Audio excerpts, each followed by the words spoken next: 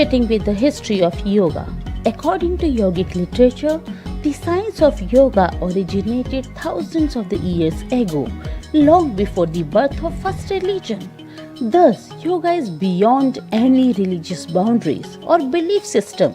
It has always been approached as a technical science for inner well-being. So, anyone can reap the benefits of yoga irrespective of one's faith or culture.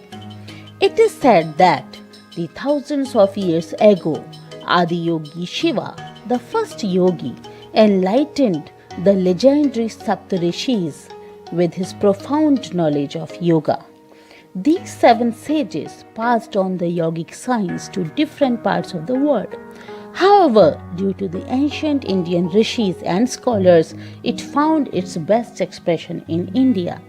Variety of seals and fossil remains of Indus Valley civilization with yogic figures and motifs indicate the presence of yoga in India.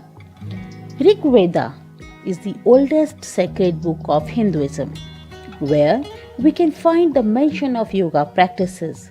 Though yoga was practiced in the pre-Vedic period, but it was great sage Maharshi Patanjali who first codified the existing practices of yoga in a systematic manner, where he explained yoga knowledge through his Yoga Sutras.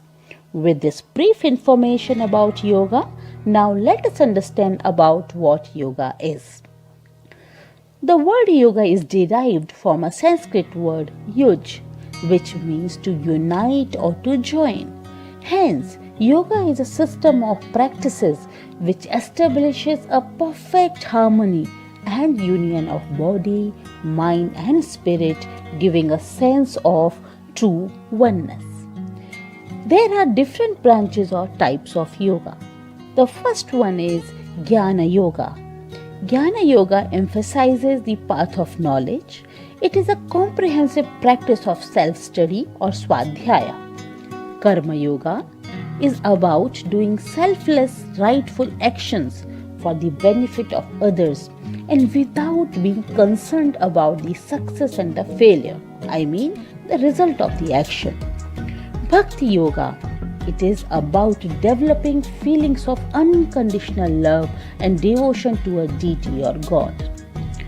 Then Raja Yoga is the path of self-discipline and practice. Raja Yoga is also known as Ashtanga Yoga. Hatha Yoga is about disciplining the body. It is the balance of the mental and physical forces of the body. It is this Hatha Yoga which is being practiced all over the world in the name of yoga. Maharshi Patanjali explains the 8 components of yoga. So, Ashtanga Yoga is the practice of these 8 limbs in order to experience the true goal of yoga. In the Ashtanga Yoga, the first one is Yama. So, the first component Yama is about maintaining social ethics, which deals with one's ethical standards and sense of integrity, focusing on our behavior and how we conduct ourselves in life. Basically, it is about do's and don'ts of society. There are the 5 principles of Yama. Those are Satya, Ahimsa, Asteya, Aparigraha and Brahmacharya. Then we have Niyama. It is about self-discipline or personal moral ethics. Third one is Asanas. Asanas are the various postures and their right practice in yoga. Then Pranayama is the expansion and regulation of breath. You have Pratyahara. It is a very interesting stage and it leads us to our inner self. Prati means to go towards your own source. It is a means to lean towards your consciousness, to exit the external world by withdrawing the use of our sensory organs. So once when we detach from our senses, we detach from our desires and stop them from being interfering with our inner growth. Then Dharana means concentration for a short term with conscious effort.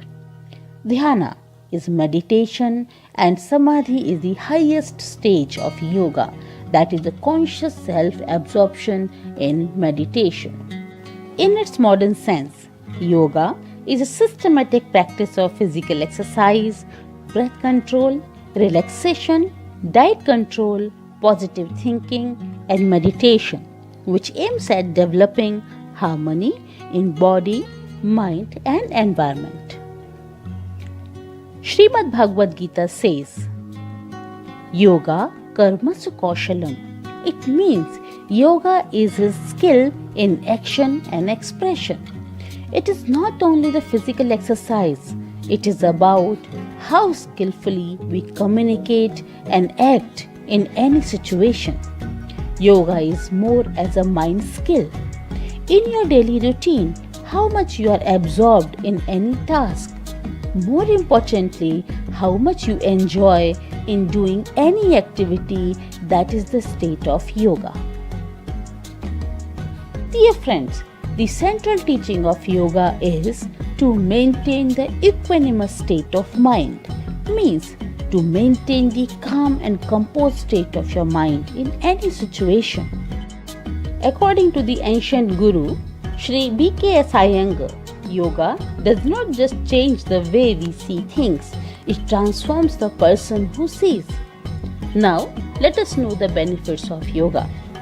Yoga develops self-awareness, self-acceptance, and self-esteem. Then, it fosters the mindfulness in almost all aspects of our life. Yoga helps in unfolding your uniqueness, your potentialities, and your creativity. It improves muscle strength, flexibility, and cardiovascular fitness.